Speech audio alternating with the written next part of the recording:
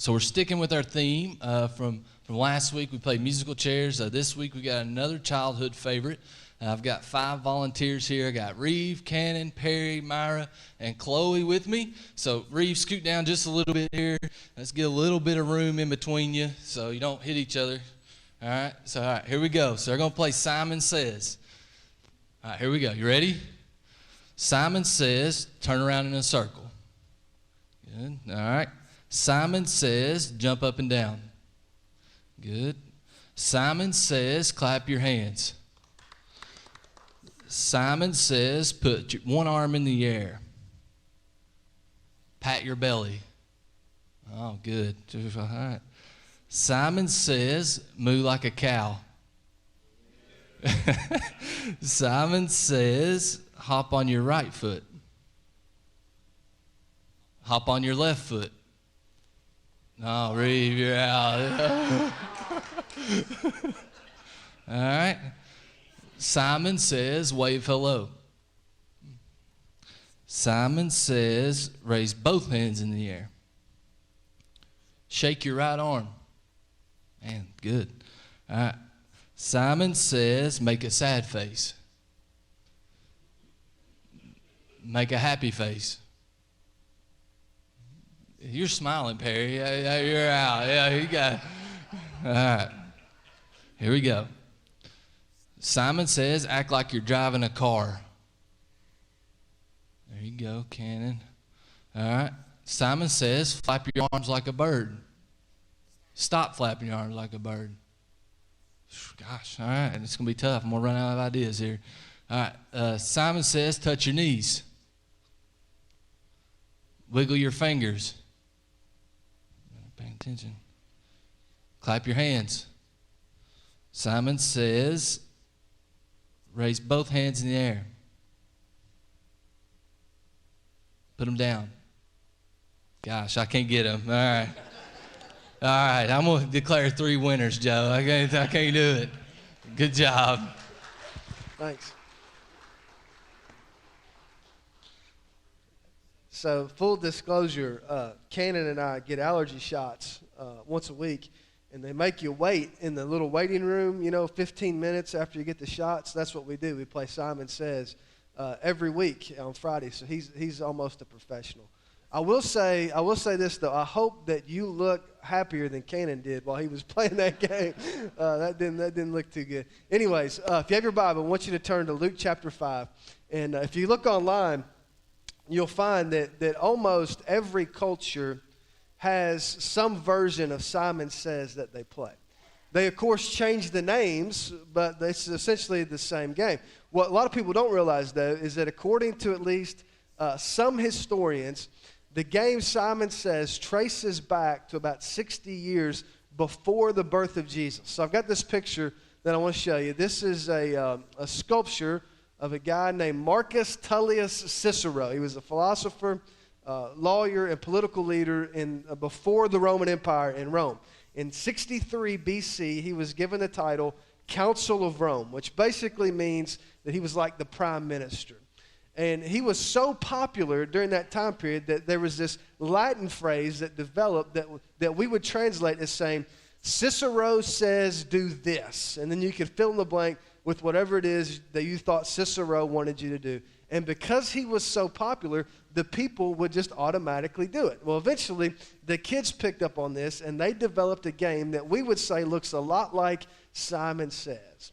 So if you look at the timeline of all this, it's very possible and maybe even probable that at some point during his childhood, Jesus and his friends gathered around and they played an ancient version of Simon Says. They would have called it Cicero Says. Now, I can't prove that, but I do think it's cool to at least think about. But here's what I do know for sure.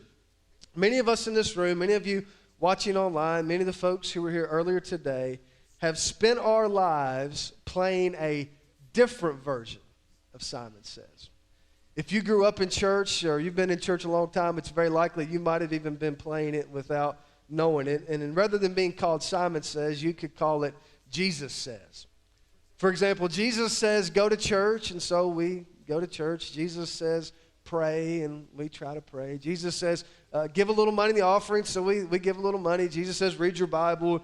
We try to read our Bible. So these things that Jesus says we're supposed to do, and if you're like me and you grew up going to church, those are the things that you at least try to do. We try to do pretty much what Jesus tells us to do. To make it a little more complicated, though, there's some things that Jesus tells us not to do.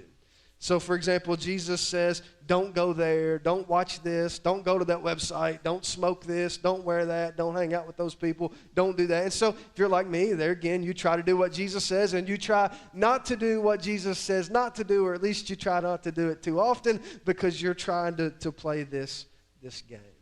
That's a game a lot of us have been playing for a really long time. In fact, the tragedy is for some of us, that's a game that we think that's how you follow Jesus. You do what he says to do, and you try not to do the things he says not to do. But what if there was more to it than that? What if you were following Jesus was not just what you're supposed to do and not supposed to do, but it's something deeper than that? If you have your Bible, as I said, I want you to turn to Luke chapter 5. Last weekend, we kicked off this new series we're calling Musical Chairs, and the idea behind it is every single person is sitting in one of these 4 chairs. We're going to put the names of the chairs on the screen just so we're all on the same page. Last week we talked about the seeker chair. Today we're going to talk about the follower chair. Next week is the servant chair. That's the idea of somebody actively using their gifts to advance the kingdom. And then lastly is the leader chair. This is the idea of somebody who's leading others to experience what they've already experienced. But today we're going to focus on that second chair, the follower chair. And to help us do that, we're going to look at one of the most famous and also one of the most misunderstood stories in the New Testament. This is one event from the life of Jesus, one of the few events that all 4 gospel writers tell us a version of. Matthew, Mark, Luke, and John all give us a version of their story, of this story. And before we get to Luke chapter 5, though, I'm going to read you Matthew's version from Matthew chapter 4. I did this earlier in the first service. People looked at me like I told them the wrong passage. So I don't want you to turn there. I'm just going to read this to you because this is the most famous version of the story. This is the one you're most likely to be familiar with. But when you read it, it almost sounds unrealistic. Now, I know you're not supposed to say it about the Bible, but you read this and it comes across, you think, this really can't be the way it happened. I want you to listen. Just 4 verses. Here's the way Matthew tells it. As Jesus was walking beside the Sea of Galilee, he saw 2 brothers, Simon called Peter and his brother Andrew. They were casting a net into the lake, for they were fishermen. Come follow me, Jesus said, and I will send you out to fish for people. At once they left their nets and followed him. Going on from there, he saw 2 other brothers, James the son of Zebedee and his brother John. They were in a boat with their father Zebedee preparing their nets. Jesus called them, and immediately they left the boat and their father and followed him. Now you read that, and it seems like Jesus showed up on some random day. He encountered these 2 sets of brothers, said, hey, I want you to leave everything behind and follow me. And that's just what they do. They throw down their nets, they leave behind their careers, they walk away from their families, and they just follow him. The problem with that, though, is that's not really how it went down.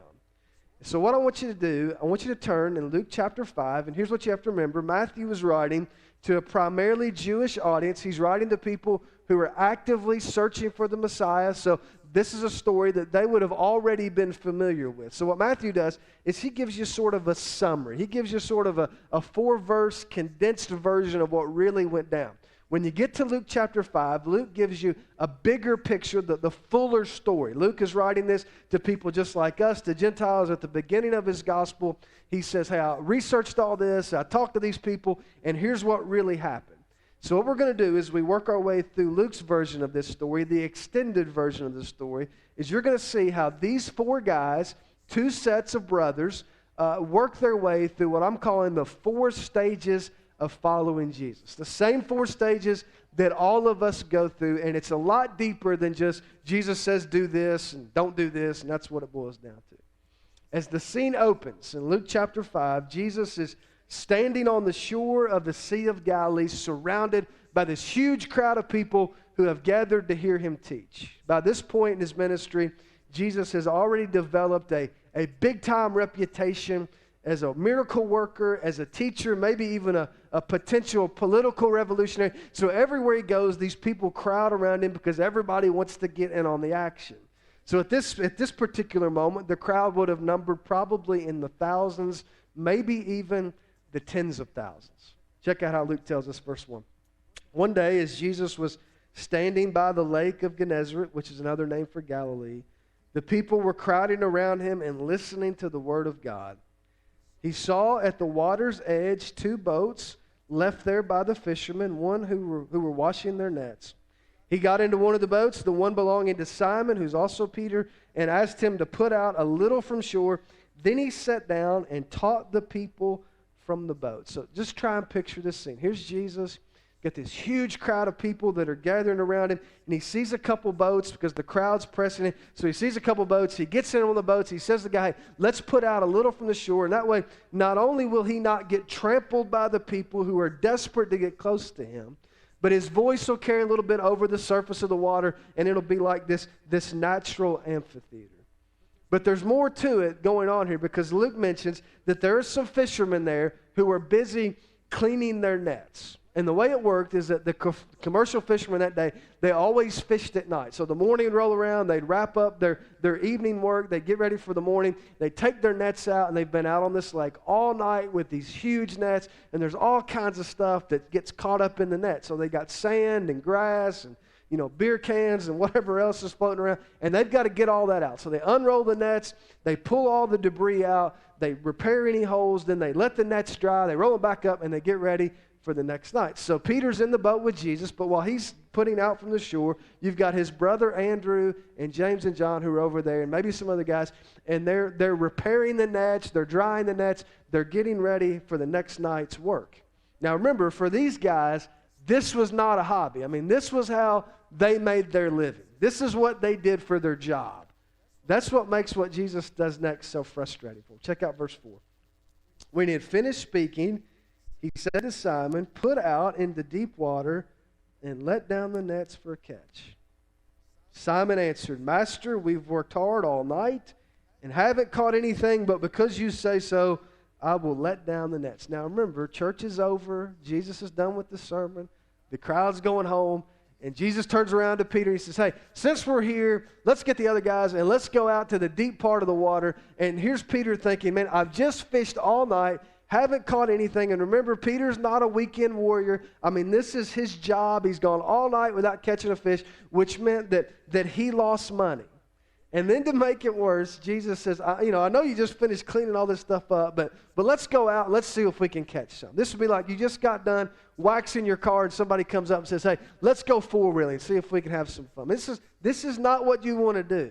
You've been working really hard trying to prepare for the next night, and all of a sudden here comes Jesus and he throws a wrench in your plans. This is not what people normally did. But if you'll notice, Peter doesn't. The question is, why? Why would anybody agree to do that?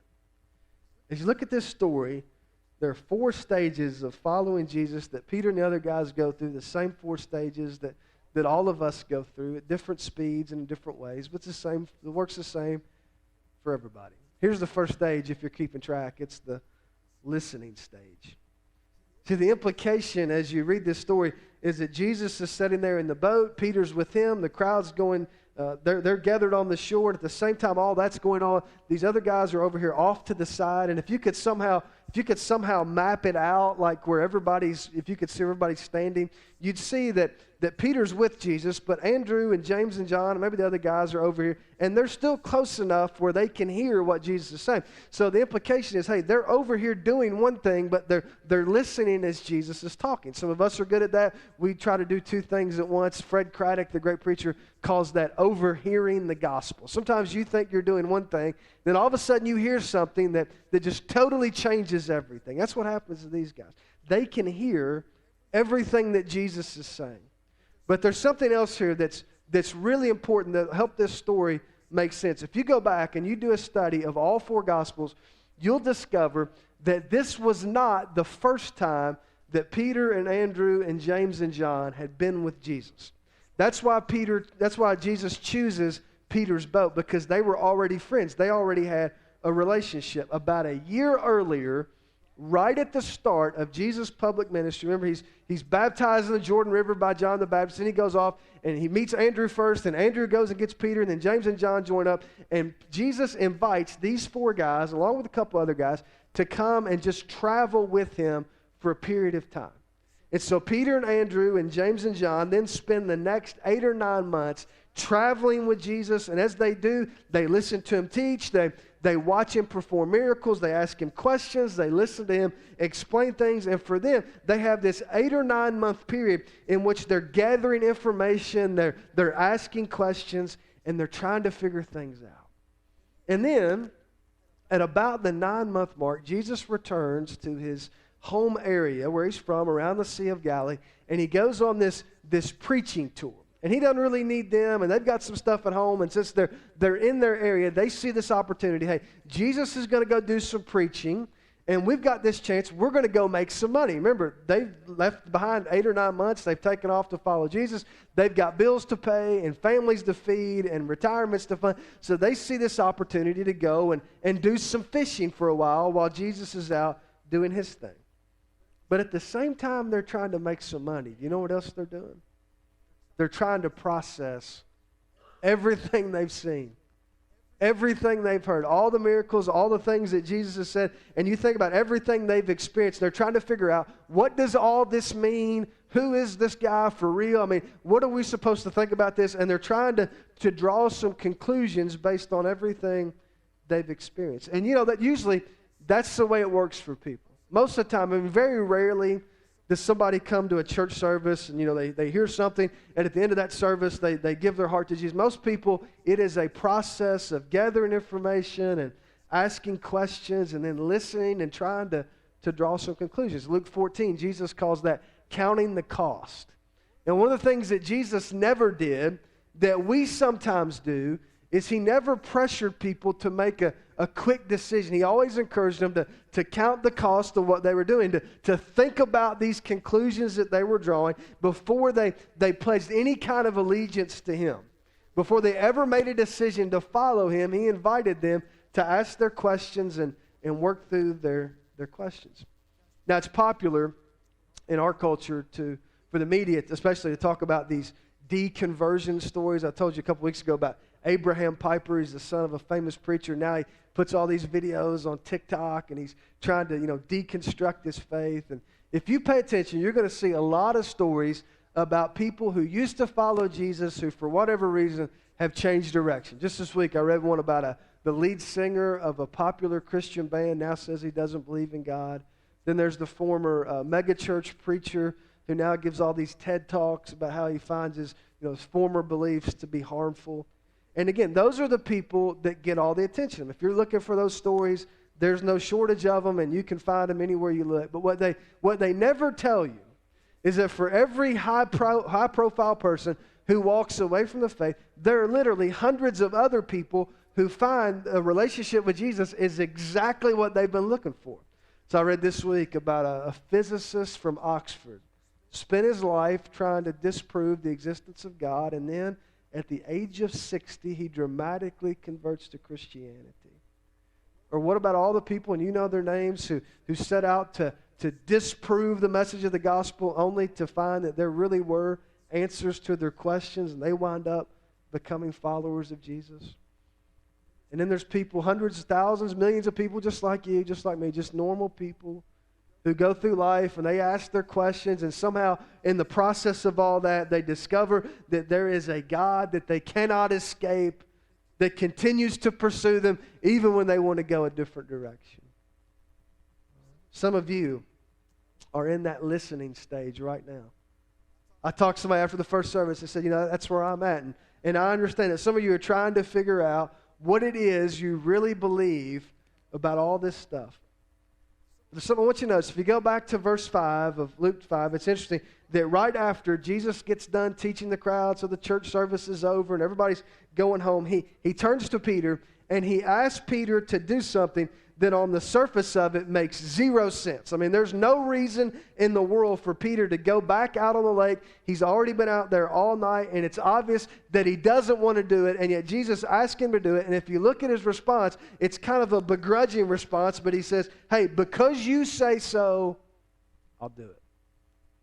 Do you know that sometimes in your spiritual life, like if you want to transition from where you are to whatever that next level looks like for you, in order to get there, there are times when you have to do things that you really don't want to do. And maybe they're a little bit intimidating.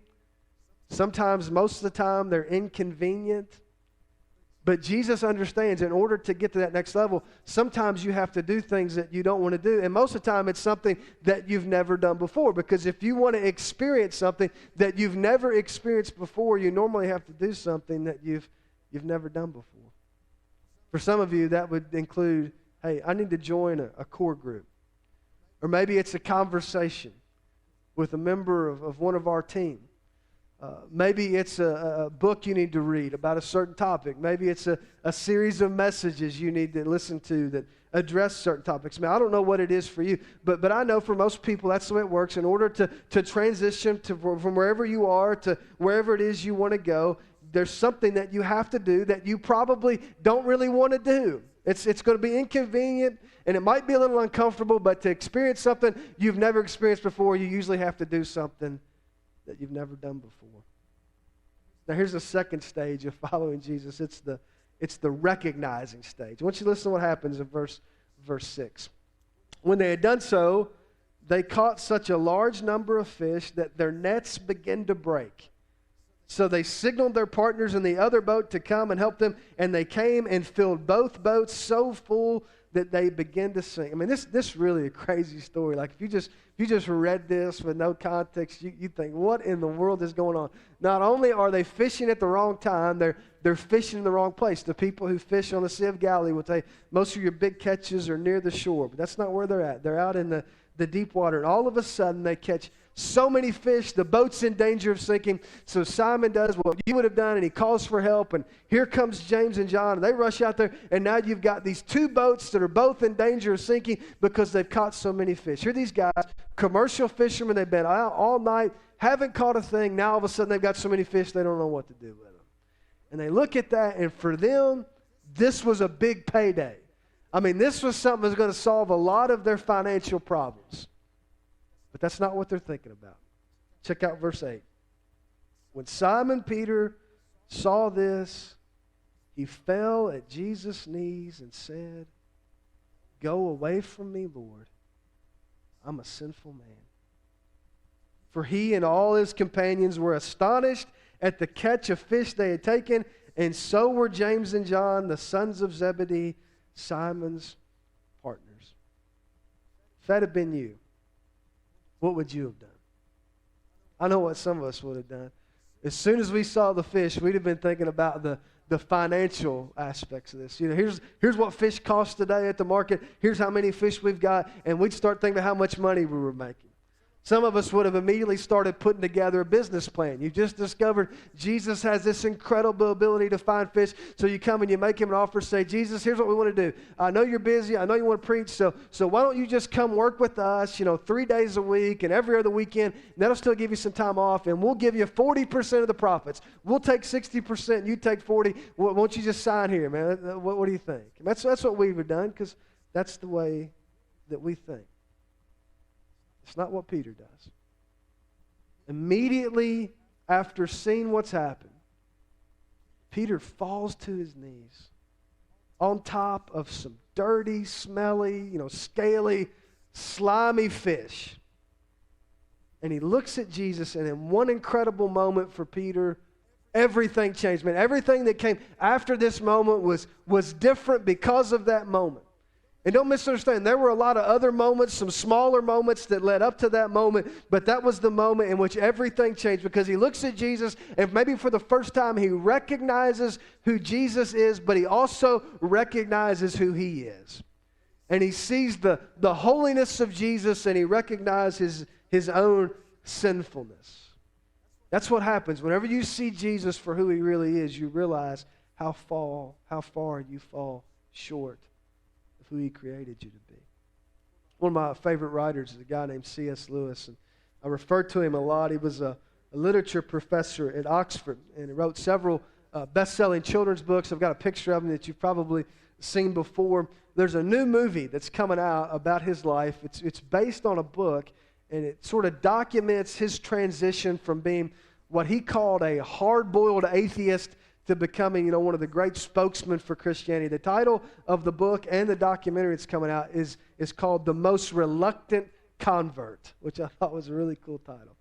And in the book, what they've done is the historians have gone back and they trace sort of his progression and his thinking. And the way they do that is they found over 300 letters that he wrote to a lifelong friend of his named Arthur Greaves. These guys were friends when they were kids, right up until their end. I mean, they just wrote letters all the time. So they go back and they read these excerpts from these letters.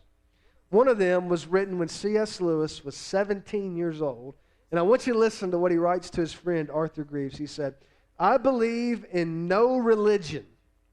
There is absolutely no proof for any of them, and from a philosophical standpoint, Christianity is not even the best." Now, fast forward 15 years into the future. Lewis is now 32 years old. He writes another letter to his friend Greaves, and he says this: "Christianity is God expressing himself through what we call real things, namely the actual incarnation, crucifixion, and resurrection." Now, how do you explain that kind of transformation of a person's thinking? But for Lewis, it started with listening. There was something that sparked his interest, and he spent this period of years, and he's reading books, and he's having conversations, and he's studying the New Testament. And then finally, after all these years spent gathering information, after all these years spent listening, there came a moment for him in which everything started to make sense. I want you to listen to how he himself described that moment. He said, "You must picture me alone in that room in Magdalene night after night, feeling whenever my mind lifted even for a second from my work, the steady, unrelenting approach of him whom I so earnestly desired not to meet. That which I had greatly feared had at last come upon me. In the Trinity term of 1929, I gave in and admitted that God was God and knelt and prayed, perhaps that night, the most dejected and reluctant convert in all of England." At the age of 31, C.S. Lewis discovered that there was a God that he could not escape. And so rather than running away from Jesus, he changed direction and he started to run toward Jesus. Some of you have had a moment like that. Maybe like Lewis, it was a private moment in an empty room. Maybe it happened in a church service. Maybe it happened at the end of a long week of VBS. But however it happened for you, it was a moment that was unmistakable and undeniable. And that leads to the third stage, and that's the deciding stage. See, once you have that moment, you recognize who Jesus is, you recognize who you are, there's some decisions that have to be made.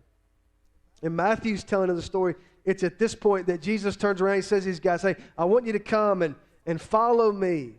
I want you to listen to how Luke tells the same part of the story. "For he and all his companions were astonished at the catch of fish they had taken, and so were James and John, the sons of Zebedee, Simon's partners. Then Jesus said to Simon, 'Don't be afraid.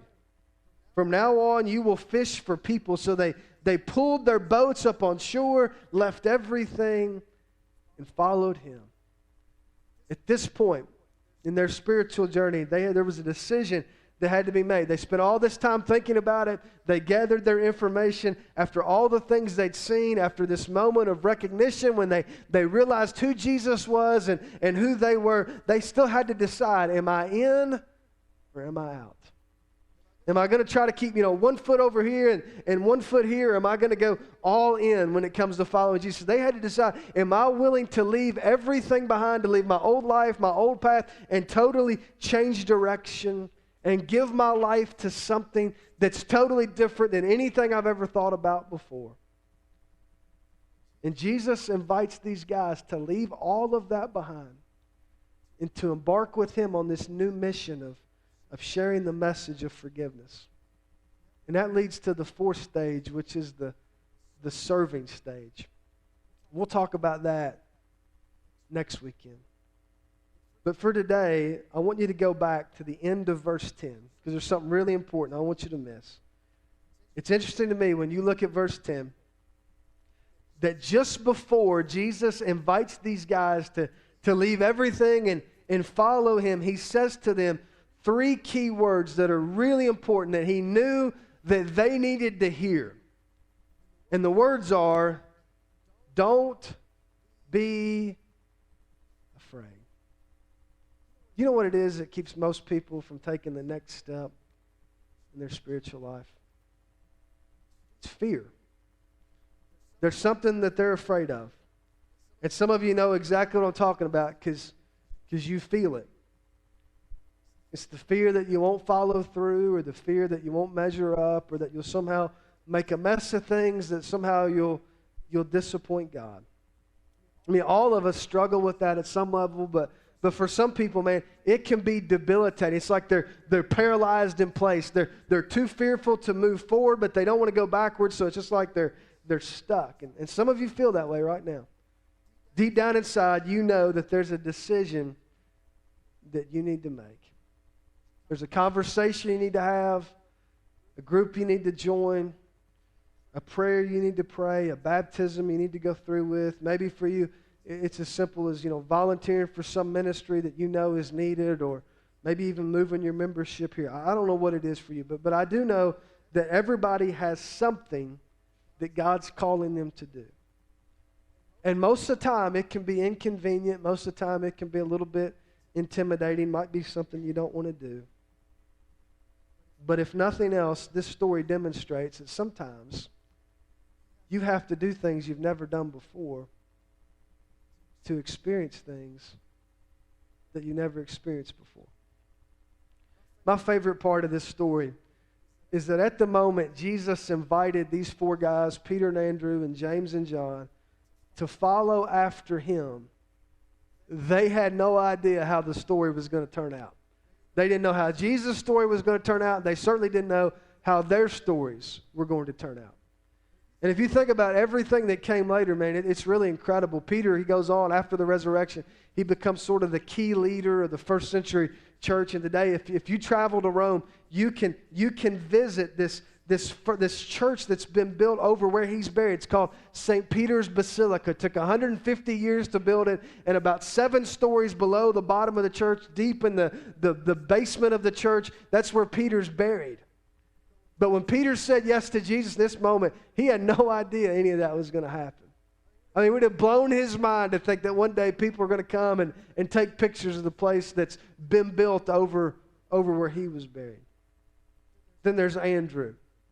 After the resurrection, Andrew travels all over Europe. He makes it all the way to Russia and plants churches. And today, if you were to travel to Russia, you could find churches that trace themselves all the way back to the first century, and they trace themselves back to the founding of the Apostle Andrew. But he didn't know that. Then there's James. After the resurrection, James goes to Spain, and he preaches there. Then he eventually returns to Jerusalem, and he becomes the leader of the Jerusalem church. They eventually start calling him James the Great. If you travel there today, you go to downtown Jerusalem, there is a place you can visit called the Apostolic Cathedral of St. James, and it marks the place where James was beheaded in AD 44 and becomes the first apostolic martyr. But he didn't know that. Then there's John. Not only is John the last surviving apostle, he writes 5 books that are included in the New Testament. At the end of his life, he's exiled to the island of Patmos. God gives him a vision of the end of the world that we call Revelation, that we're still trying to figure out today, but he sees things that we cannot imagine, experiences things that we could not even wrap our minds around. But he didn't know that. See, no matter how you look at it, here's these guys. Man, they changed the course of history. But on that day, as they stood there, as they stood there in their boats on the Sea of Galilee, Jesus invites them to come. They have no idea how all of it's going to turn out. All they knew was that Jesus said, "Come," and they went. And because of that, everything was different. I want you to stand with me. We're going to give you an opportunity to respond to whatever it is that Jesus is telling you to do. For some of you, it's really simple. There's a conversation you need to have. Austin will be here. I'll be here. Dave will be here. We'd love to talk with you. Maybe it's you want somebody to pray with you. Maybe you need to be baptized into Christ. We had a guy baptized last week. We'd love to do it this week. We're always ready for that. I don't know what it is for you. But I do know for everybody it's something. And usually it's something you don't really feel like doing. But if you want to experience something you've never experienced before, you usually have to do something that you've never done before.